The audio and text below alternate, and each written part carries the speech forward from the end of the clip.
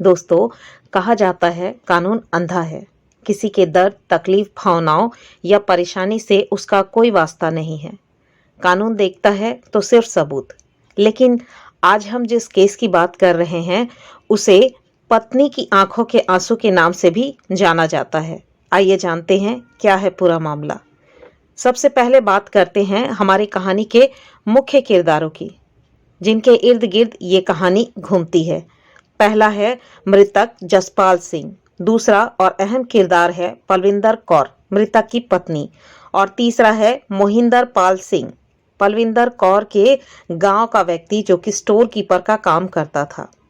कहानी की शुरुआत होती है पंजाब के एक छोटे से गांव से, जहां एक निर्जल कुएं में बहुत ही तेज गंध आ रही थी। गंध इतनी ज्यादा तेज थी कि उसे बर्दाश्त करना आसपास के लोगों के लिए मुश्किल हो चुका था।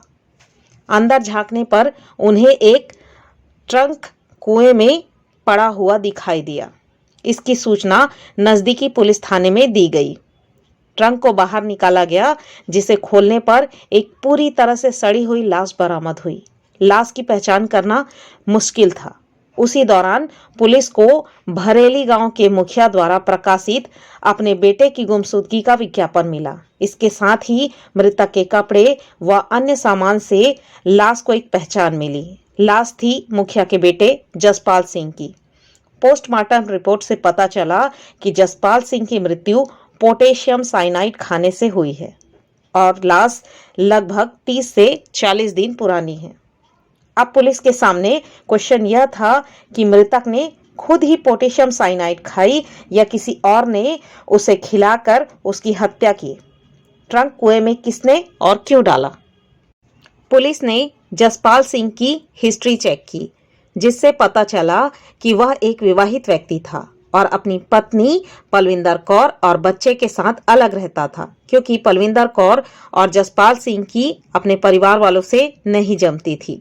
मृतक को फोटोग्राफी और शिकार का शौक था, इसलिए फोटो साफ करने वाला केमिकल पोटेशियम साइनाइड अक्सर अलमारी में ही रखा हुआ रहता था। काफी दिनों से जसपाल सिंह का पता नहीं चल रहा था, इसलिए अपने बेटे की खोज खबर जानने मृतक का पिता पलविंदर कौर के पास पहुंचा। परंतु पलविंदर ने भी पति के काफी दिनों से घर में न आने की बात कही। मृतक के पिता ने काफी खोजबीन के बाद एक गुमशुदगी का विज्ञापन निकाला और रिक्वेस्ट किया कि जसपाल सिंह जहां कहीं भी हो वापस आ जाए।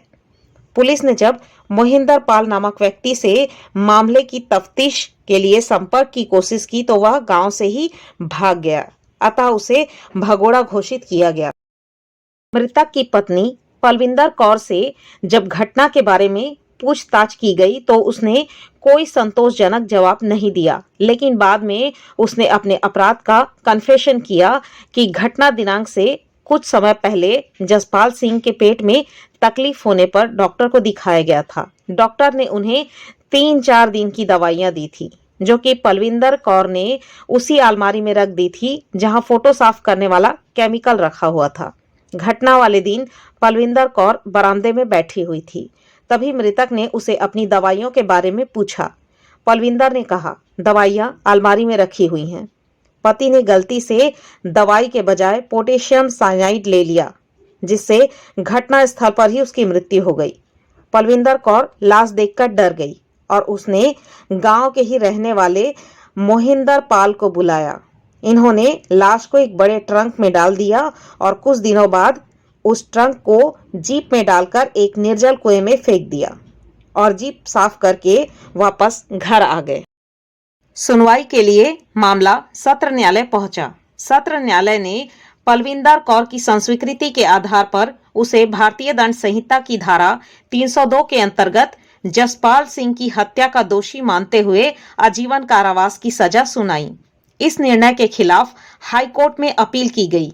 हाईकोर्ट ने कन्फेशन के पहले भाग को, जिसमें पलविंदर कौर ने पति की मृत्यु का कारण दिया था, असत्य माना और शेष भाग अर्थात पति की लाश को ट्रंक में डालना व जीप से कुएं में फेंकना सत्य मानकर स्वीकार किया और साक्ष्य छुपाने के अपराध में भारतीय दंड संहिता की धारा 201 के अंतर्गत 7 साल के कठोर कारावास की सजा पलविंदर कौर को सुनाई। मामला सुप्रीम कोर्ट पहुंचा, जहां सुप्रीम कोर्ट ने निर्णय दिया कि ऐसा कन्फेशन जिसका कुछ भाग बचाने वाला हो और कुछ भाग फंसाने वाला हो, तब या तो संपूर्ण भाग को स्वीकार किया जाना चाहिए या पूरी तरह से अस्वीकार। न्यायालय को कन्फेशन के केवल दोषकारी भाग को ही ग्रहण नहीं करना चाहिए। अतः माननीय सुप्रीम कोर्ट ने संस्वीकृति के पूरे भाग को स्वीकार करते हुए पलविंदर कौर को दोष मुक्त किया।